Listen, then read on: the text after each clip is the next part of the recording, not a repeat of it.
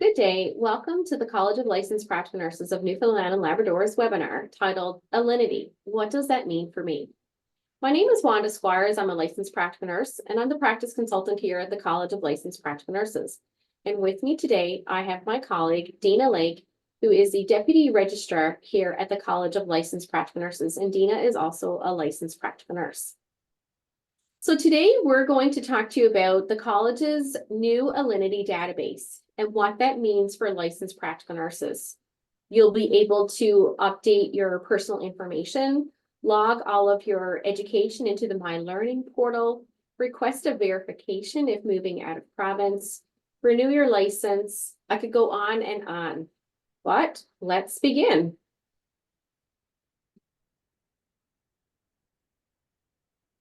Before we begin, though, we'd like to take a moment to respect the land on which we practice on. So we respectfully acknowledge the land on which we practice as the ancestral homelands of the Beothuk, whose culture has now been erased forever.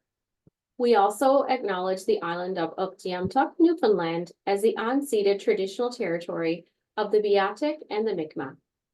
And we acknowledge Labrador as the traditional and ancestral homelands of the Innu of Nutasinam, the Inuit of Nunatsiavut, and the Inuit of Nunatuavut. We recognize all First Peoples who were here before us, and those who live with us now, and the 7 generations to come. As First Peoples have done since time immemorial, we strive to be responsible stewards of the land and to respect the cultures, ceremonies, and traditions of all who call it home. As we opened our hearts and minds to the past, we commit ourselves to working in spirit of truth and reconciliation to make a better future for all. I want to take a moment to discuss the college's regulatory framework. The college works under what's called a regulatory framework where we promote good practice. So by promoting good practice, we're talking about what good practice looks like. We provide education sessions to RNs, LPNs, nurse practitioners, basically anyone who wants to listen. We also speak with students around scope of practice, best practices, again, promoting good practice, and being safe in their practice. We prevent poor practice by reviewing the practical nursing program, creating a documents library for licensed practical nurses to identify their expectations of their best practices. And we provide practice supports. We also intervene when practice is unacceptable. We must investigate any issues or complaints that are submitted to the College of Licensed Practical Nurses. Public safety is our mandate. There are 2 pieces of law that licensed practical nurses must be aware of: the LPN Act and the LPN regulations. This is where the College of Licensed Practical Nurses obtains the authority to set the scope of practice, the standards of practice, the professional conduct review process, and many other things. We as a regulatory college must ensure that whatever we do and the board approves must fit within this law, and that LPNs must practice safely within this law. Accountability. Now, what does that mean? It means that I own my license to practice, and I am accountable and responsible for everything that I do, I don't do, and how well I do the things. That's on me because I am answerable. I own my license to practice. I work very hard to obtain a license to practice, and I must ensure that I am fully aware of my regulatory expectations, just as every single LPN must ensure of their regulatory expectations. That includes being aware of the new Alinity database, a place where it is expected of me to input my information, my continuous learning, update my employer, and so on. I'm responsible and accountable to do that because I'm a professional who holds a license to practice. By now, you are all aware of the standards of practice and the code of ethics. The standards of practice, well, each year you must reflect upon the standards of practice when you complete your continuing competency program, and of course, that licensure renewal. Adhering to the standards of practice ensures public safety. It is every LPN's responsibility to reflect on the standards of practice each year. And in the standards of practice, it states that LPNs maintain continuing education each year. That's part of the CCP. Now, the Code of Ethics has been around for quite a while as well. However, in October of 2023, the college adopted a new Code of Ethics for licensed practical nurses. And the College of Licensed Practical Nurses has an interactive module that can be found on the Policy and Practice section of the CLP-NNL website. And we encourage all licensed practical nurses to complete this. Now, all of what I've just explained to you helps identify your professional expectations. And we want to thank you for watching this video, as knowing and understanding Alinity is a professional expectation. So I'm going to now pass it over to my colleague, Dina, who will further explain the functions of Alinity and your expectations in carrying out the activities within the My Learning portal. Thanks, Wanda. So I guess the very first question everyone's kind of asking themselves is, what does all of this have to do with Alinity? So as Wanda already explained, Alinity is our new registration system. It's an online registration system that we have implemented in order to make your life as a licensed practical nurse much easier. It gives you more of an ability to do self-serve things like change your address, change your name, change your email address, change your telephone, update your employers. If you're going to another province to work, you can apply for a verification online. So all of these things can be done through Alinity. And that really speaks to what Wanda talked about when we talk about accountability, because it is our accountability as professionals to keep our information with our colleges up to date. There's bylaws that address this particular requirement. And so being able to do that yourself certainly makes it that much easier that you could sign in 24 hours a day, 7 days a week, and access that information and make those changes yourself. So we're really pleased with the portal, and I think you will be too. So having this system is going to allow you to contact us and interact with us much easier. And so by now, you've probably already signed in. If not, you've received a number of emails from us inviting you to activate your accounts. What I want to do first, I guess I would like for you to, I want to show you first where you can access it. So if you get an email, or even if you haven't managed to receive that email, you can find the portal on our website. Wanda, is it okay if I share my screen? Sure, I'll just stop sharing here now. Thank you.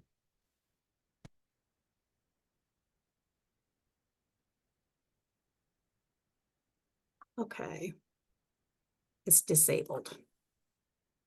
Should be good there now, Dina. Thank you. Okay. Can you see the website? Yes. Okay.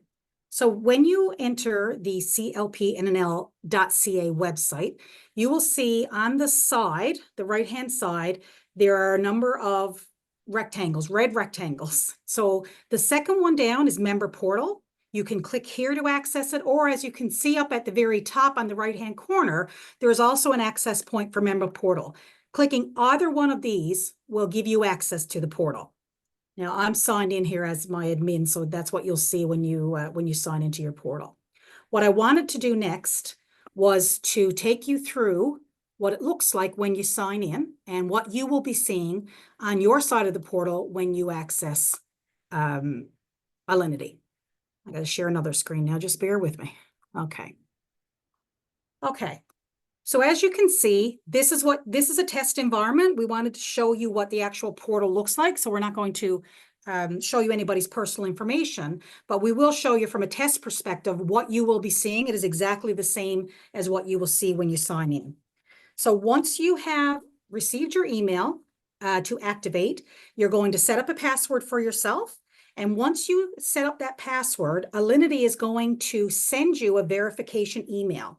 And in that email will be a 6 alphanumeric code that you will then copy and enter into the validation section of the portal, and that will allow you to sign in. This is two-factor authentication. I'm sure if you do any online banking or buying or anything of that nature, you're used to having to get a text or an email to get a code in order to verify that it's really you.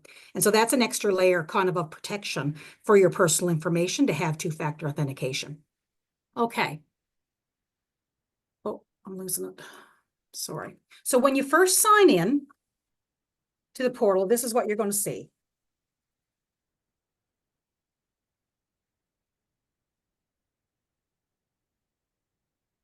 Okay, so when you get in and sign in, and so after you validated your email, and then you're going to be asked to sign in for a second time as part of the two-factor authentication piece, this is what you're going to see in your portal if you hold current license to practice.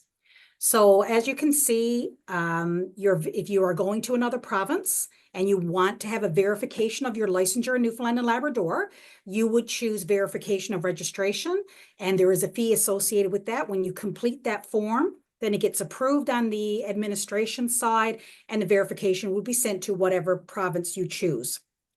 Your permit or your license to practice is here. So when you click on this tab here, your license is going to show you what you used to get years ago. Is the same thing. How when your license is effective from and your expiry date. You can print this, you can save it, you can keep it on your phone. So anything that you might need to show your employer, say, for example, you could keep this handy for your licensure.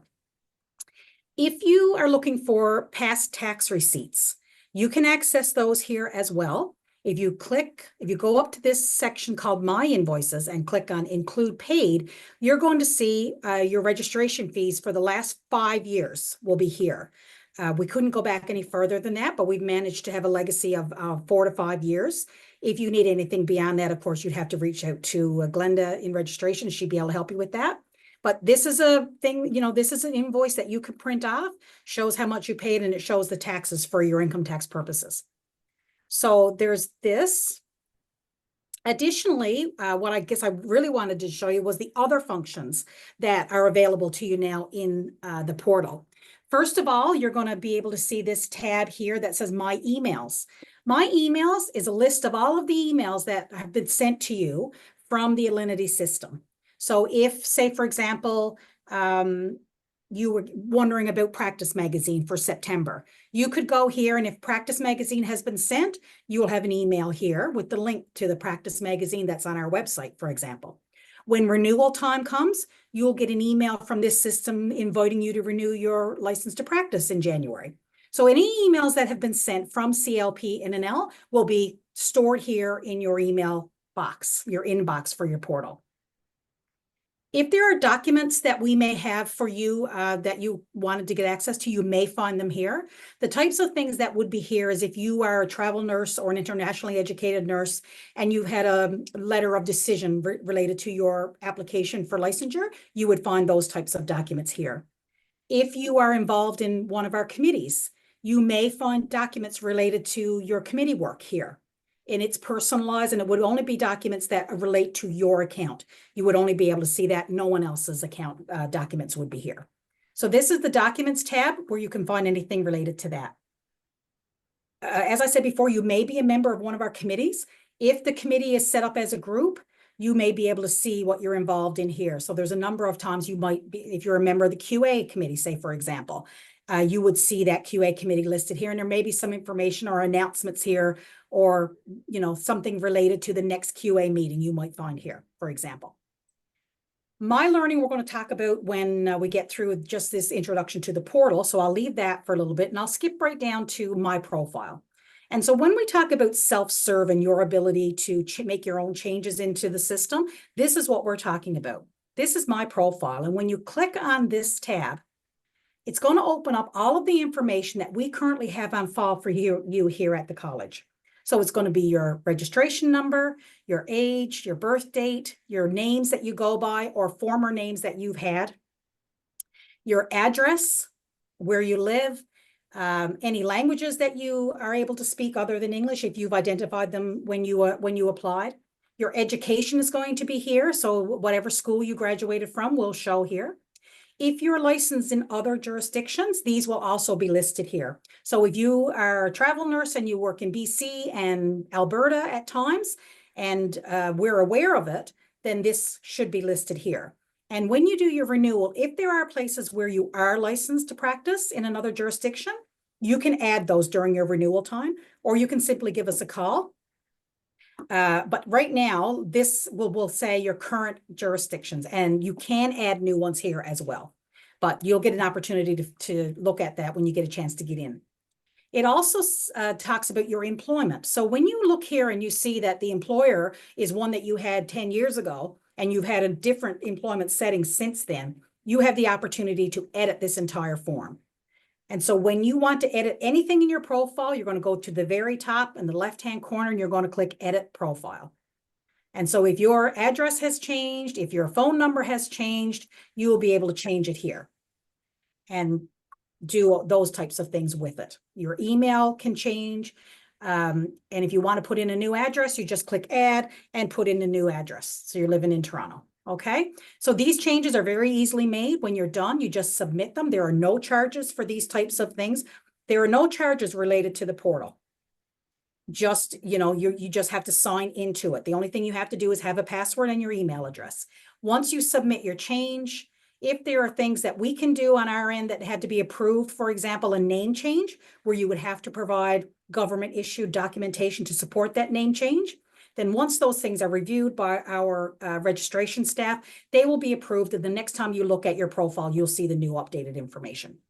So this is a nice way that you can pop in there anytime, like I said, 24 hours a day, 7 days a week, and make changes that you need to make related to your addresses or your employer or anything of that nature. So that is the profile update. So it's pretty simple. It's very, very user-friendly, I think. I guess the next thing we want to talk to you about is how to use the portal to input your learning for your continuing competency program every year. And so I think the best way for us to talk about this is for Wanda to describe the program, and I will navigate the computer for her. So Wanda, if you want to go ahead and start, I'll do whatever you tell me to do.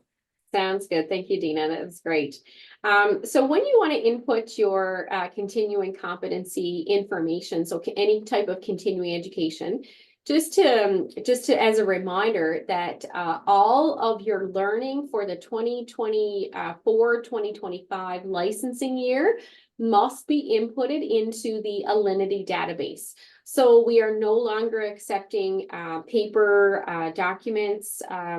Before you're eligible to renew your license, your learning must be uploaded into the Alinity database under the My Learning. So anytime you do, if it's an original time, you would click on My Learning. You would see the registration year, like you can see on the screen there now, 24-25, and there's an arrow there. So I'm going to get Dina to click on that arrow. And then once you click on the arrow, it actually takes you right in to the the continuing competency section itself. So at the very top, there's some instructions. What I encourage everybody to read through them. It's so important to take the time to read because there's important information there, obviously.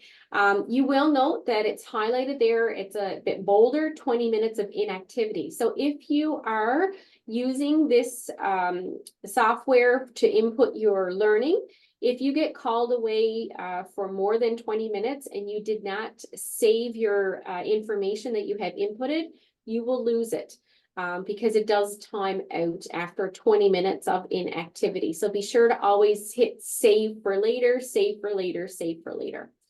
So just like in the toolkit, now the toolkit will still be available on our website that you can refer to, but this is basically the same type of pages that you'll see here. So there's a learning goal, right? So even in the toolkit, you are asked to identify a learning goal for that licensing year. It's always a good idea to start your learning goal in April, May of the new licensing year, because then you have a full year to complete that goal and to put that information in. So you'll also see a little blue circle with a question mark after it. So Dina, if you want to go to learning goal and click on that, it gives you a bit of an identifier as what we're looking for. So where it says learning goal, it says you must identify and document one learning goal. So very similar to the professional growth plan in previous years where you had to identify a learning goal. So that's where you identify the thing that you want to learn about. What's that one thing that, like I said, you want to learn about that's going to make you be the best practitioner that you can be? So that you're prepared to carry out safe, competent care, that you're going to have the answers if your clients are asking you, and so on. That's your learning goal. If you move down a little bit further in the page, you'll see underneath that block, it says related standard. If you click on the blue again, it says identify the standard of practice that is associated with your learning goal. And you can see certainly the standards of practice document if you need to, and that's available on our website. So based on your learning goal, does that link to standard 1, professional accountability and responsibility, standard 2, evidence-informed practice, standard 3, protection of the public through self-regulation, or standard 4, professional and ethical practice? Let's just say, for example, you picked standard 1. So I'll get Dina to pick standard 1, and then it's also asking you for the indicator that aligns with that goal. Okay, so you've said that it's standard 1. So under standard 1, there are actually a group of indicators underneath there. And you will see there, if you click the arrow down, that these are the indicators that are associated with standard 1. So based on what you identified as your learning goal, which of these best is associated with that learning goal? And then you would pick whichever one that you feel matches up the best. The activities block that's there, it states identify the activities that you may complete to achieve the goal. Those are there to give you an idea. So what is it that you might do to complete this goal? Some might say, well, I'm going to read a recent nursing textbook. I might attend a webinar. I might go to an in-service, and so on. Okay, so that's just to give you an example of what you might do. If you scroll down a little bit further, you'll see evaluation for that particular learning goal. Now, your evaluation doesn't happen right away. Oftentimes, people put their new learning into practice, and then they come back to do the evaluation. But it does say identify something specific you learned by achieving this goal, right? So what is it that you learned about? Okay.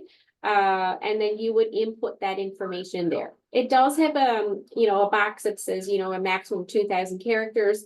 Some people might write 1 line. Some people might write, 2 or 3 lines. When you come down a little bit further, it's asking you to use reflective evaluation for the learning goal. So this is a very important one because we want to know how this new learning has influenced your nursing practice, and describe how you use the new knowledge to support your practice, right? How is it benefiting your clients? So this goes into, we want you to put a little bit more detail into this. And then underneath that, again, there's some boxes there.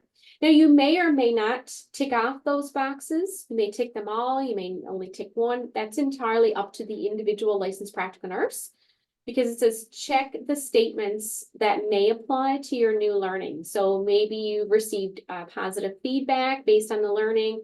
Maybe you shared your knowledge with others. Maybe you felt very confident, right, in your practice now. Or you may have incorporated that new knowledge into your practice. If you also want to write a little note at the bottom where it says other, you can certainly do that as well. This here must be completed before you can submit your learning plan, okay? So we're going to scroll down a little bit further, and you will see there required activity hours. So we all know that licensed practical nurses must complete 14 hours of learning each year. There is now CLPNL directed learning. Last year it was, everybody has to watch the revisions to CCP webinar. Well, this year it's attend or watch the webinar titled Enhancing Client Safety Through Professional Respectful Communication. So you will see their directed learning and you will see their total hours. I'm just going to scroll up a tiny bit more there, Dina. So you'll see directed learning and total hours. So the directed learning, it's identified as 1 hour. Once it's complete, you'll see there that the 1 comes up. And once you have done it and you've logged it, then it's going to say that it's met. It will turn green. As you see there for total hours, the minimum is 14. Just for an example here, there's 10.5 hours inputted into the My Learning right now, and it's identifying in red that it's not met yet, right? And it will turn green once your 14 hours have been inputted, okay? So if we scroll down a little bit further, you'll see record of learning. This is very important because this is where you input all of the learning that you do. So for example, I'm going to get, so anytime that you want to input new information, you hit the add, the blue box, and you're going to say, hey, it's not there. But you have to scroll down to the bottom, click the activity type. So for example, if you are attending or you're watching this webinar, today it's online, right? And the activity is webinar, right? The description, you can identify that it's the Alinity, what's in it for licensed practical nurses, offered by the College of Licensed Practical Nurses. And then you would write the date of the activity, the number of hours that it took you. It could be 1, it could be, 0.5 of an hour and so on. It's up to you to determine that. As a regulatory college, we don't say, oh, well, it's going to take you, 3 hours to read through this particular book. That's up to you. We understand that people learn differently. And so you have to make that call on how long it's taking you to read through a certain article or to do a certain module and so on. Okay. So then you break down at the bottom and you can see there's still those blue circles with the question mark. So they identify it a little bit further, right? Identify the knowledge you've obtained by completing the activity. So then you would hit save for later once you have it completed. And then that saves. So then if you go to the learning required activity hours, you'll see now that we're up to 14.5 and that our status is met. So right now it's showing that we have all of our 14 hours completed. We have our learning plan at the very top of the page completed. Once we have all of that done, you can scroll to the bottom then and you can hit submit once all the information is in. Now, if you get a pop-up, if you get, the red new learning knowledge obtained, anywhere that you see an asterisk and it's red, it means that the information must be input into one of these blocks or these boxes, okay? So you can't leave a box blank where it has a red asterisk. So it's important that you, look it over several times to ensure that you have your 14 hours and that you're not missing any boxes that should have information in them. If, for example, you're unsure about something as you're inputting your information, you're welcome to give us a call here at CLPNL, and we'd be happy to further explain something to you. But that's pretty much it for the My Learning. It is very important that you do input everything into the My Learning and that you don't put it on paper. Because we are not doing it on paper this year, and going forward every year it has to be input into the My Learning before you're eligible to renew your license to practice. Right. So let's just say that you want to renew in early February after the registration email comes out. If you don't have all of your information input and submitted into the My Learning, you would not be able to renew your license to practice, because this is a requirement to renew your license to practice. So it is extremely important. So tell all of your colleagues and your nursing friends that watch this video and to get this information completed. So as you go through, it only takes 5 minutes, right? So once you have activated your account from the email that has gone out to you, and some of you may already have your email, like your activation completed. Once you do that, it's only to go to the CLPNL website, click on the member portal, Once you put your email and your password in there, you can go right then and there to My Learning tab found on the left-hand side of the page, and then go down to that blue box where it says Add, scroll to the bottom, put in whatever it is that you just did, and then save for later, right? Wanda, another thing, and I mean, this is probably would have been one of the frequently asked questions had we had that opportunity, but do people have to send anything in? So no, so that's a great question, Dina. So there is no submission anymore for any type of formal learning. We actually, last year was the first year for that, so that you didn't have to send in any type of formal learning. So no uploading of anything at all. What you see here in front of you now, where it says activity type, activity name, and the description, the date of the activity, the amount of time that it took you, and what did you learn from it?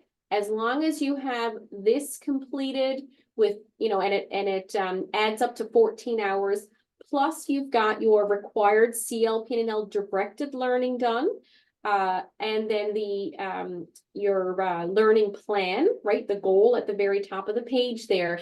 If you've got all of that done, right, you can submit, right? So there is no need to, or there's no way even to upload any type of formal learning or anything like that. So thanks, that's a good question.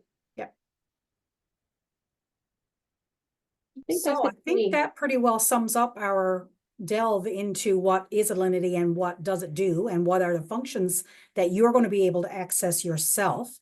Now that we've finished looking at the CCP, I just wanted to kind of give you a final reminder that this is available 24 hours a day, 7 days a week. You can access it on laptops, on iPads, on phones. It's very, very user-friendly. I think it's very, very user-friendly.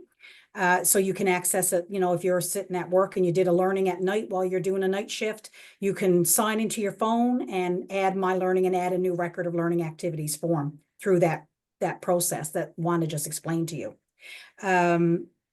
Also, another good thing for you to keep in mind is now we have the ability for your friends, if you know of people who are not registered, off on maternity leave, are wanting to reinstate, now you can also reinstate your license online once you activate your Alinity account. And there will be an opportunity for you to fill out one of two reinstatement forms.